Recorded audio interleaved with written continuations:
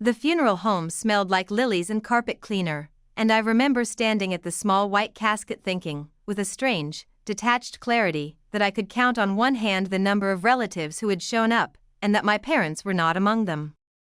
My name is Melissa. I'm 33 years old, and 11 days before that morning, I had delivered my son, Caleb, 4 months early, after a pregnancy that had gone wrong in the particular, silent way pregnancies sometimes do, without warning, without anything I could have done differently. He lived for 6 hours. I held him for most of them. And on the day I buried him, in a small chapel outside Roanoke, Virginia, my mother and father were 40 minutes away at my sister's 30th birthday party, the one they had booked the venue for 8 months earlier, the one they had already paid a deposit on, the one they told me, over the phone, 2 days before the funeral, that they simply couldn't move at this point. Sweetheart, you understand. I am a second-grade teacher. I have been married to my husband, Tom, for 9 years. We have a daughter, Grace, who was 7 years old that October, sitting beside me in a small black dress my mother-in-law had bought her because I hadn't had it in me to think about clothes, holding my hand so tightly that her small fingers left marks on my skin I noticed later, in the shower, and cried about for reasons that had nothing to do with the bruising itself. I want to tell you, before I go any further, that I am the older of 2 daughters. My sister Ashley is 28, 5 years younger than me, and for as long as I can remember, she has occupied a particular place in my parents' hearts that I never quite managed to occupy myself, not through any failure of mine that I could ever identify, but simply because some children are born into a family and become, without explanation, its son, while others become its satellites, orbiting dutifully, waiting for warmth that arrives on a schedule they don't control. I had made my peace with that a long time ago, or told myself I had. I want to be honest about that, because it matters for everything that comes after. I was not naive about my mother. I knew, the way you know weather, that Ashley's plans took precedence over mine in ways that were rarely spoken aloud and never quite deniable either. A cancelled visit here. A birthday remembered a week late there. Ashley's college graduation attended by both parents, driving 4 hours each way, my own graduate degree ceremony attended by neither, because it fell during Ashley's move to her new apartment and she needed help. I had absorbed all of that, over 3 decades, into a kind of quiet, practiced acceptance. What I had never imagined, what no amount of prior disappointment had prepared me for, was that the hierarchy would hold even here, even now, even against the small, impossible weight of a coffin the length of my forearm. They're coming after the party, before it wraps up, my mother had told me on the phone, 2 nights before the service, her voice carrying the particular brightness she uses when she wants a decision to sound smaller than it is. We'll be there for the important part. I promise you that. They did not come. Not during the service, not after. Ashley's party ran until nearly midnight, according to the pictures I saw later, pictures I hadn't been looking for, that simply appeared in my feed the way grief-adjacent cruelty sometimes does, algorithmically, without mercy. My mother in a sequined dress, laughing, her arm around my sister, a slice of cake halfway to her mouth, posted at 9:47 p.m., roughly the same hour I was standing in a nearly empty chapel holding my daughter's hand while a minister who had never met my son said gentle, generic things about a life that had lasted 6 hours. I did not cry at the service. I want you to understand that, because it will matter later. I stood there dry-eyed, composed, accepting condolences from Tom's family and my 2 closest friends and my cousin Beth, who had driven 3 hours to be there, and some small, cold part of me was already doing something I didn't fully understand yet, filing away, with perfect clarity, exactly who had come and who had not. It was 3 days later, at my parents' house, during the first family dinner since the funeral, a dinner my mother had organized. I would learn, specifically to clear the air before it became something that lingered, that my daughter Grace, 7 years old, sitting quietly at the end of the table through 20 minutes of my mother's careful, deflecting small talk about the weather and Ashley's new job, set down her fork, looked directly at my mother, and said the one sentence that would end, that night, any version of my family I had spent 33 years pretending still existed. Grandma, was Ashley's party more important than my brother? The table went silent in a way I have never experienced before or since. My mother's fork stopped halfway to her mouth. My father's face went the color of the tablecloth. And in that silence, 4, 5, 6 long seconds of it, I watched something I had spent my entire life refusing to name finally become impossible to unsee.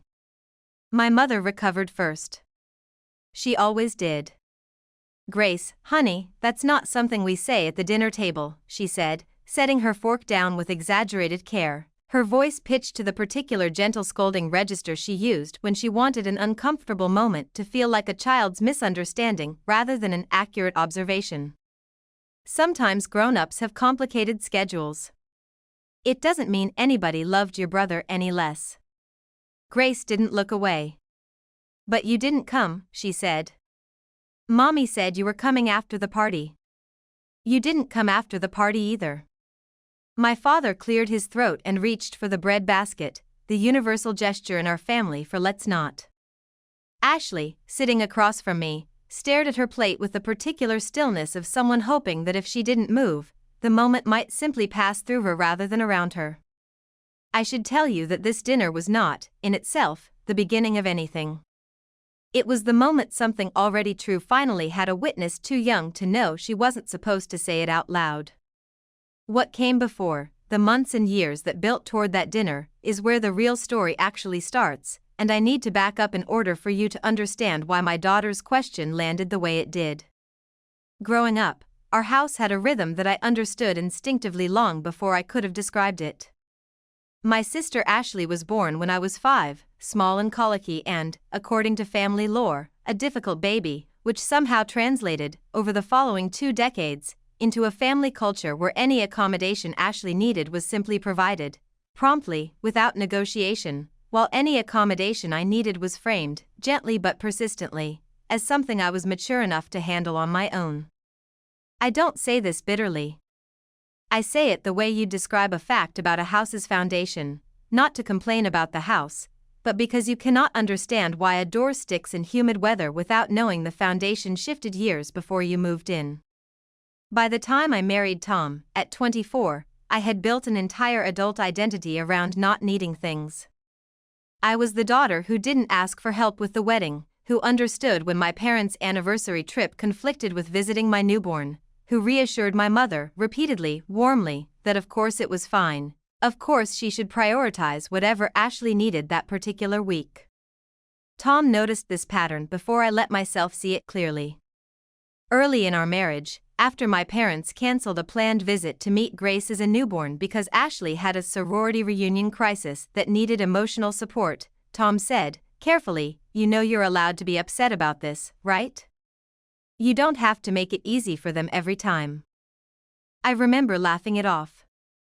I remember telling him he didn't understand our family dynamics, that this was just how things worked, that making a fuss would only create tension that would ripple out and cost more than the disappointment itself was worth. I want you to notice that reasoning, because it is the exact reasoning I would use, almost word for word, 11 years later, standing at my son's grave. My pregnancy with Caleb had been difficult from nearly the beginning, not dramatically so, just a persistent, low-grade anxiety that something wasn't settling the way it should, confirmed at 22 weeks by an ultrasound tech whose face changed in a way I still remember with total clarity, a change in her expression that told me something before any doctor said a word out loud. I told my mother about the diagnosis, a severe placental complication, the kind that made every week feel like a small, private negotiation with fate over the phone, in early September, my voice carefully steady because I had learned, over 3 decades, not to ask for more concern than I could reasonably expect to receive. "Oh, honey, I'm sure it'll be fine," my mother said. "These things sound scarier than they are." And then, within the same conversation, without any noticeable shift in tone, did I tell you Ashley's decided on a venue for her 30th? The Ridgeline Barn. It's stunning. She's so excited.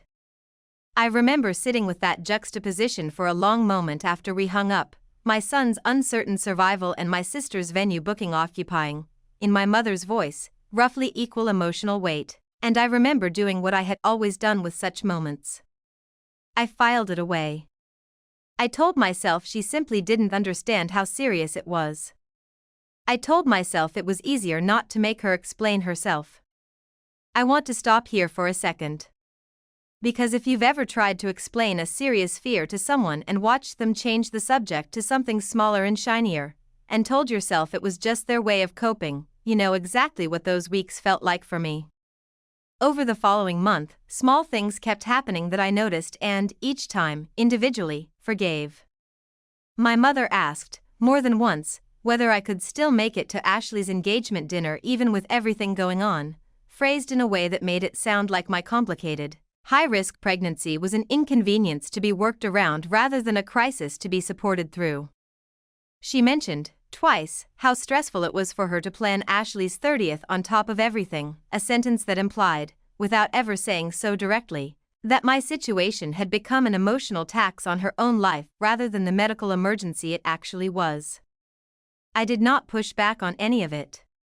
I told myself, each time, that she was overwhelmed, that grief and stress made people say strange things, that Caleb would be born healthy and all of this would fade into the ordinary background noise of family friction that every family has.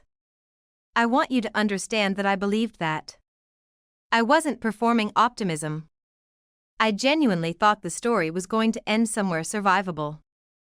It was Beth, my cousin, who first said something that cracked that belief slightly, 3 weeks before Caleb was born, over coffee near her office in Lynchburg. Beth had always occupied an odd position in the family, close enough to hear things, distant enough to sometimes say them. I probably shouldn't tell you this, she said, stirring her coffee with more focus than the task required, but your mom mentioned to my mom that she's a little worried the timing of everything with the baby might complicate Ashley's party. I think she's stressed about it. I wouldn't read too much into it. I did read into it. I read into it for days afterward, turning the sentence over at 3 a.m, trying to construct a version of it that didn't mean what it plainly meant. I told myself, eventually, that Beth had probably heard it out of context, that stress makes people say careless things, that surely, no version of my mother existed who would actually let a birthday party outweigh her grandson's uncertain survival. I held on to that belief for 3 more weeks, right up until the night Caleb was born 11 weeks early, in a rush of fear and machines and a NICU team moving with a specific, controlled urgency that tells you, even through panic, that something has gone seriously wrong. I called my mother from the hospital hallway at 2 a.m., my voice breaking in a way it hadn't broken in years, and told her Caleb had been born, that he was fighting, that I didn't know yet if he would make it through the night. She was quiet for a moment. Then she said, "Oh God, Melissa. Okay, we'll figure out the details. I'll call you in the morning, I promise, I just need to process this." She did not call in the morning. She called 2 days later, to ask, gently, carefully, whether I thought I'd be up for attending Ashley's engagement photos the following weekend, just to keep some normalcy going. A question she asked while my son lay in an incubator 40 minutes away with tubes running into veins smaller than the width of a pencil lead. I want to pause here, because if you've ever had someone ask you to perform normalcy while your entire world was quietly falling apart in a hospital room down the hall, you know exactly what that particular loneliness feels like. Some of you already know this feeling, the one where you keep answering "I'm fine" not because you are, but because you've learned that the alternative costs more than the silence does.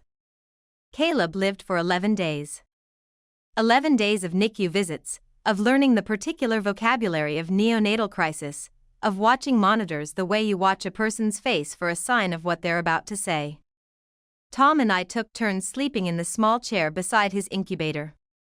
My parents visited twice in those 11 days, once for 20 minutes, once for closer to 40, both visits ending with my mother mentioning, gently, how hard it was for her to see him like this, language that centered her own discomfort in a room built entirely around my son's fragile, uncertain fight to survive.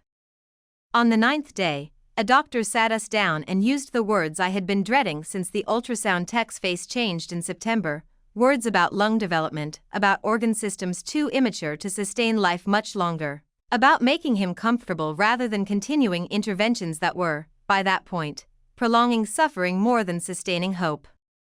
Caleb died on the 11th day, in my arms, at 4:12 in the afternoon, with Tom's hand on my shoulder and a nurse standing quietly by the door out of respect rather than necessity. I called my mother that evening. I remember her voice breaking, genuinely, in a way that felt, in that raw hour, like real grief, and I remember believing, in that moment, that whatever complicated history existed between us, this loss would finally be large enough to matter more than anything else competing for her attention. I did not yet know that Ashley's party was 8 days away, and that my mother had already, quietly, decided which grief would take precedence. The days between Caleb's death and his funeral moved in a strange, underwater rhythm, arrangements made through a fog, decisions about caskets and readings and flowers handled with a competence that surprised me, as though some functional, administrative part of my brain had simply taken over so the rest of me could keep breathing. It was Tom who first noticed the pattern that I was, even then, still working hard not to see. "Have you talked to your mom about the actual date?" he asked, 3 days after Caleb died, as we sat at our kitchen table surrounded by pamphlets from the funeral home, untouched mugs of tea gone cold beside us. "About when the service needs to happen?" I hadn't, not specifically.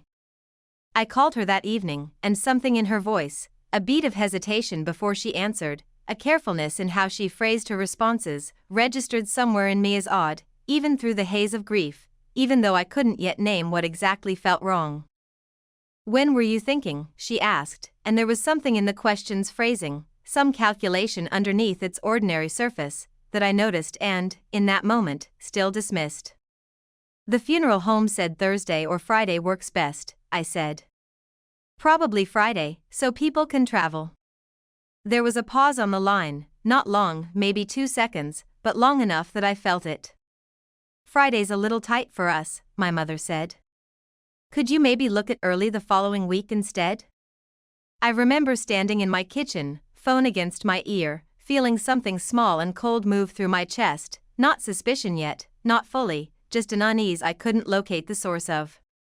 "Mom, I don't really want to wait longer than we have to. It's already been hard enough." "I know, sweetheart, I know," she said, her voice softening into the warm, reassuring register she used when she wanted a conversation to feel resolved before it actually was. "Let me just check some things and I'll call you back." She called back the next day and said Friday would probably work, a phrase that struck me, even then, as strange, not "of course we'll be there," not "we wouldn't miss it," but "probably work," as though my son's funeral were a dentist appointment competing against other demands on her calendar. I filed that away too. I want to be honest about how thoroughly I filed things away during that week, because grief made me generous in a way that, looking back, cost me clarity I badly needed. I told myself she was overwhelmed. I told myself grief affects people strangely, that even a grandmother's grief can come out sideways, in logistics and phrasing rather than tears. It was Beth, again, who cracked the surface, this time without meaning to, in a phone call 2 days before the funeral, checking in to ask what she could bring, what she could help with. "I'm so glad the timing worked out okay," Beth said, and then, in the specific, unguarded way people speak when they assume you already know something, I mean, with Ashley's party still happening Saturday. "I was worried your mom would have to choose, and I didn't envy her that." I stood very still in my kitchen, phone pressed to my ear, feeling the floor tilt slightly beneath me. "What do you mean, still happening?" There was a pause, the particular pause of someone realizing, too late, that they've said something they weren't supposed to say. I thought you knew. Ashley's 30th is Saturday night. Your mom mentioned she'd already put down the deposit, and with everything so last minute with everything, she said she was going to try to make both work." "Both," I repeated. "The funeral's Friday, right?" So she figured she'd have Friday for that and Saturday for Ashley's thing. "I just assumed you already knew." "I'm sorry, Melissa, I didn't mean to." I don't remember exactly how that call ended. I remember sitting on my kitchen floor afterward, my back against the cabinet, staring at nothing, running through the last week's conversations with a clarity I hadn't let myself access before. "Friday's a little tight for us. Let me check some things." probably work, and understanding, all at once, that none of those sentences had been about logistics at all. They had been about my mother quietly, carefully, working out whether she could attend both events without either one interfering with the other, and only mentioning the funeral's timing as a variable to be managed around the party that had already, in her mind, been decided as non-negotiable. I called her that night, my voice steadier than I expected, and asked her directly, "Are you and Dad planning to come to Ashley's party Saturday?" There was a long pause. "Melissa, we already have the deposit down, and Ashley's been planning this for months. We're going to try to come to the service Friday and then head to the party after, if the timing works out." "The funeral is Caleb's funeral, Mom." "I know that," she said, and something in her voice sharpened, just slightly, the first genuine edge I'd heard from her all week. "I know exactly what it is. But your sister has been planning this for 8 months, Melissa, and we can't just cancel it at the last minute. People have flights booked. It's not that simple." I sat with that sentence for a long time after we hung up. It's not that simple. As though attending her grandson's funeral and her daughter's party were two equally weighted commitments requiring careful triage, rather than one being an unrepeatable act of grief and the other being a party that could, in the most literal sense, simply happen a week later without meaningful consequence to anyone. I want to stop here for a moment. Because if you've ever heard someone weigh your deepest loss against someone else's convenience and speak about it in the calm, reasonable language of scheduling, you understand a particular kind of loneliness that doesn't announce itself as rage. It arrives quieter than that. It arrives as the sound of your own voice going very, very still. The funeral was Friday. My parents did not attend, in the end, not even for the beginning. They texted that morning, a group text to me and Tom, sent at 9:14 a.m., 90 minutes before the service began, saying they'd gotten tied up with some last-minute things for tonight and would try to swing by after if there's time. There was no after. Ashley's party ran until midnight. I know because I saw the pictures 3 days later, algorithmically delivered into my feed with the specific cruelty of a platform that does not know, and would not care, what it was showing me. My mother in a sequined dress, laughing, a slice of cake halfway to her mouth, time-stamped 9:47 p.m., roughly the hour I stood in a mostly empty chapel, holding my daughter's hand, accepting condolences from everyone who had actually shown up. I did not confront anyone that week. I told myself it was grief holding me back, and it was, partly. But there was something else underneath it too, something I wasn't ready to name yet, a slow, cold recalibration happening somewhere beneath the numbness, the quiet, internal work of finally starting to see my family clearly, 3 decades later than I probably should have. The 3 days between the funeral and that dinner at my parents' house passed in a strange, low hum of numbness. I went through the motions of thank you notes, of returning the flowers that wouldn't fit in our small house to the funeral home for donation, of answering Tom's careful, watchful questions about how I was doing with a version of the truth flattened enough not to worry him further. But underneath the numbness, something had started, quietly, to organize itself. I found myself, late one night while Tom slept, going back through old text threads with my mother, not looking for anything specific, just scrolling, the way you press on a bruise to check if it still hurts. What I found was not one dramatic piece of evidence, but a pattern so consistent it became its own kind of proof, 3 separate instances, over the past 2 years, where my needs had been quietly weighed against Ashley's and found lighter. My 30th birthday, forgotten entirely the week of Ashley's engagement party. A hospital stay after a bad car accident 2 years earlier, visited once, briefly, sandwiched between 2 mentions of Ashley's new apartment. A miscarriage, before Caleb, mentioned to my mother in a shaking phone call and met with sympathy that lasted, by my own count reading back through the thread, exactly 4 text messages before the conversation pivoted to Ashley's promotion.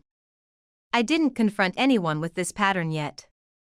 I wasn't ready to, and more than that, I understood, with a clarity that surprised me, that no single piece of evidence would matter to my mother the way an aggregate might. She had spent years defending each individual instance as reasonable, explainable, a product of circumstance rather than preference. I needed something undeniable. Something that couldn't be softened into logistics. I found it, unintentionally, 4 days after the funeral, sitting on my sister's own social media, scrolling through her account the way grief sometimes makes you do, reckless, self-punishing things you can't quite explain afterward. Buried in her party photos, in a caption beneath a picture of her and my mother laughing together, Ashley had written, "So grateful everyone made it work to be here tonight, even with everything else going on.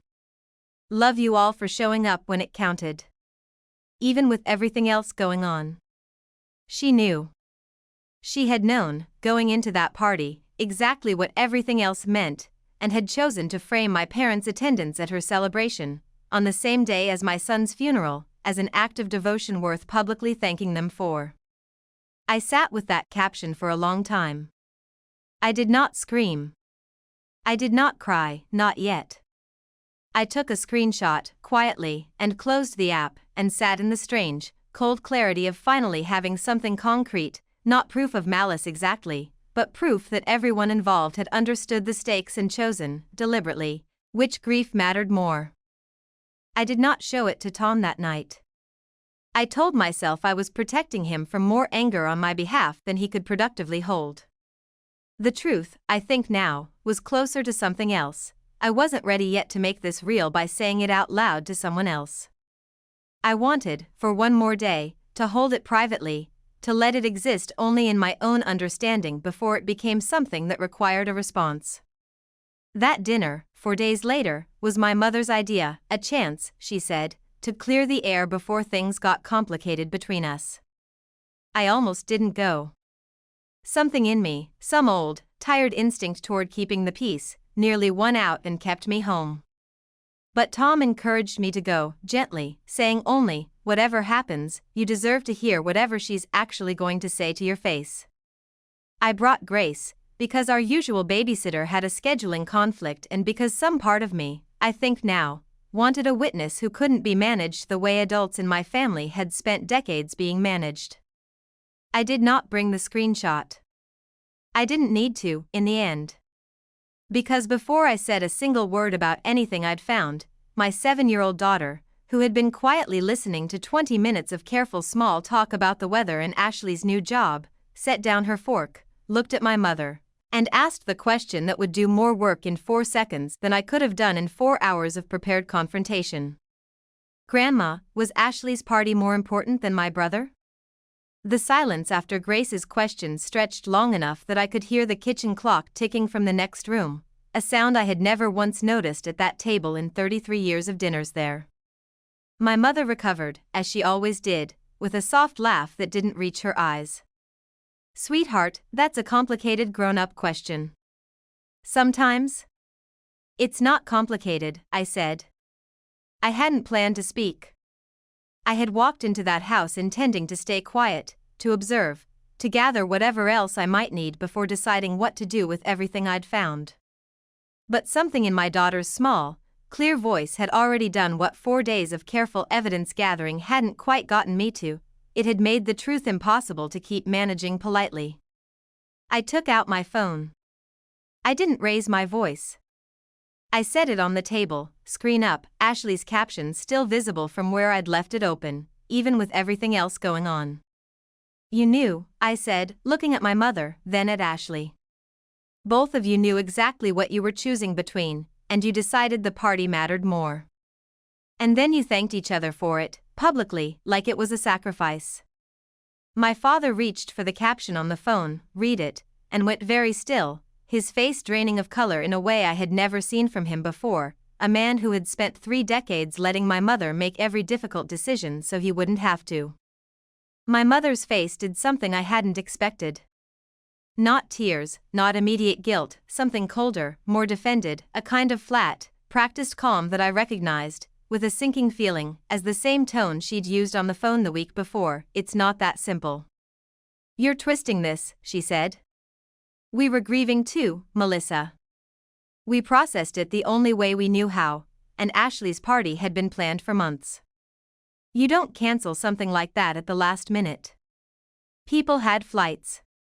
"He was your grandson," I said. "He lived for 11 days. I held him while he died. And you went to a party. We came to the funeral, my mother said, and there was something almost indignant in it now, as though she genuinely believed the 90-minute text message on the morning of the service constituted attendance. We tried. Things don't always work out the way we plan. You didn't come, I said. Not for the beginning. Not after. I saw the photos. You were laughing at 9:47 while I was still shaking hands with people who actually showed up. Ashley, who had been silent through all of this, staring at her plate, finally looked up. I didn't know you'd see that caption, she said, which was, I understood immediately, not an apology at all. It was regret at being caught, not regret at what had been done. That's not what I asked you, I said quietly. I asked if you knew, going into that party, exactly what day it was. She didn't answer. She didn't have to.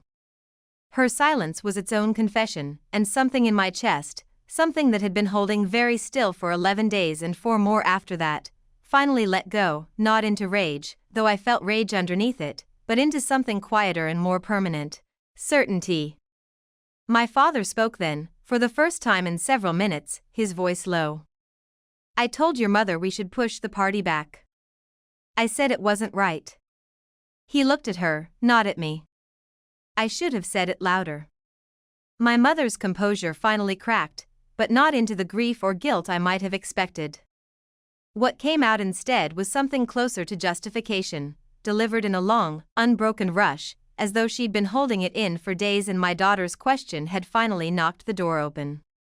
You don't understand what it's like, she said, to have 2 daughters and to feel like no matter which one you show up for, you're failing the other one.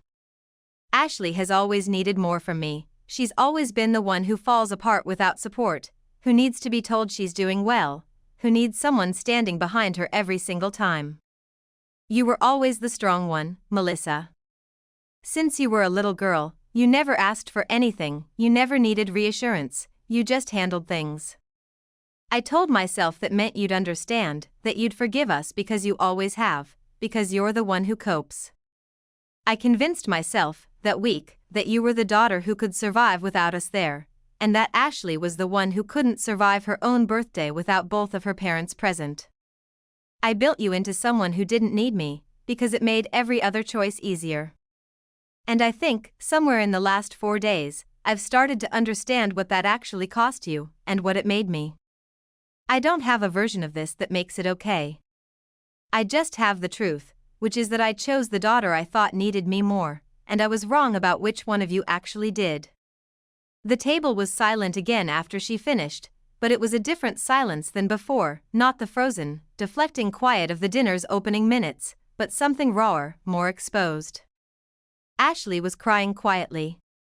My father sat with his hand over his mouth.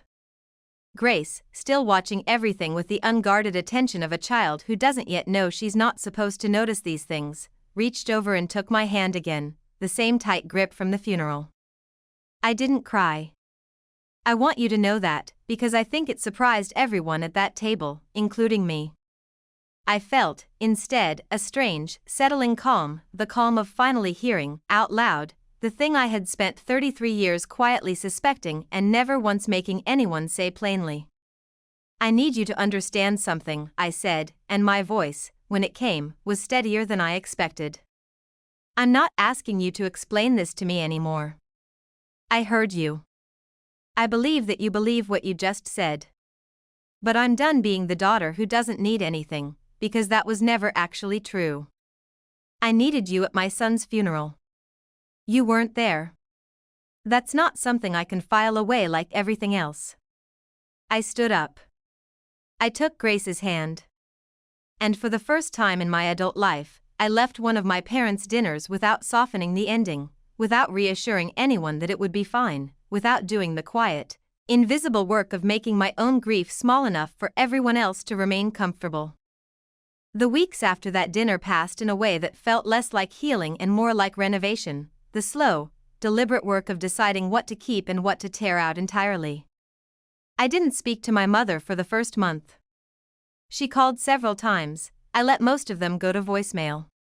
When I finally did answer, 3 weeks in, it was to tell her, calmly, that I needed real distance for a while, not as punishment, but because I genuinely didn't know yet who she was to me anymore, now that the version I'd spent 33 years defending had finally come apart in front of me. Ashley reached out twice, both times with messages that circled apology without quite landing on one. I didn't respond to either. Some betrayals, I've learned, don't require a formal ending. They simply stop being worth the energy of maintaining. My father surprised me. 2 months after the dinner, he asked to meet me alone at a coffee shop near my school and told me, quietly, that he had moved out of the house temporarily, not dramatically, not permanently declared, but long enough to think clearly for the first time in a long time, as he put it. He apologized, plainly, without qualification, for 30 years of letting my mother make the hard calls so he wouldn't have to make them himself. It wasn't a full repair. But it was the first honest thing he'd said to me in longer than I could remember, and I let myself, cautiously, begin rebuilding something with him separately from whatever remained of the rest of my family. My mother, for her part, lost more than my trust in the months that followed. Word of what happened, not through any effort of mine, but through Beth, who could no longer stay quiet about a story she'd been half complicit in, moved through the wider family, the way these things eventually do. Aunts who had once admired my mother's strong sense of family began, quietly, to keep their distance. An invitation to host Thanksgiving that had gone to her, unquestioned, for over a decade, went instead that year to my Aunt Carol, a small but unmistakable signal that the family's collective patience for my mother's particular arithmetic of love had finally run out. Beth and I are not close anymore, not the way we once were.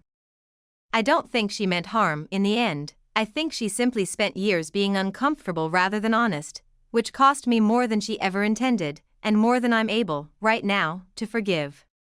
I rebuilt my life that year in ways I hadn't expected to need. Tom and I started therapy together, not because our marriage was in danger, but because I realized I had spent so long managing everyone else's comfort that I'd lost the habit of tending to my own grief directly. I started saying no to things I used to say yes to reflexively. I stopped, for the first time in my adult life, performing a resilience I didn't actually feel, simply because performing it had always been easier than asking anyone to meet me where I actually was. Grace still doesn't fully understand, even now, the weight of the question she asked that night. To her, it's simply the thing she said because it seemed true and no one else was saying it. I think about that more than almost anything else from that year, how a 7-year-old, with no history of managing anyone's comfort, saw in 4 seconds what it had taken me 3 decades to finally let myself see clearly. What lingers longest from this story isn't the missed funeral itself, it's the specific arithmetic Diane performed without ever admitting she was performing it, deciding, in advance, which daughter's pain could be safely deferred and which daughter's discomfort required immediate management. That calculation didn't begin the week Caleb died. It had been running quietly for 3 decades, and grief simply removed whatever cover had kept it invisible. The real turning point wasn't the dinner table confrontation, it was the caption on Ashley's post, the moment private choice became public narrative, thanking people for a presence that had cost someone else everything. That single detail turned a pattern Melissa had spent years explaining away into something no reasonable interpretation could soften. What's easy to miss is how much this story is also about the cost of being the strong child, how being trusted to cope becomes, over time, a kind of quiet erasure, where your needs are never denied outright, simply assumed away because you've always managed before. Diane's confession names this precisely. She built a version of Melissa who didn't require tending, because it made every other choice easier for her to live with.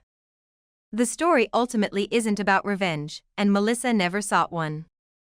It's about what happens when the smallest, most honest voice in the room finally says the thing every adult had spent years too careful, too invested, or too afraid to say aloud, and how much can change once that sentence can no longer be managed away.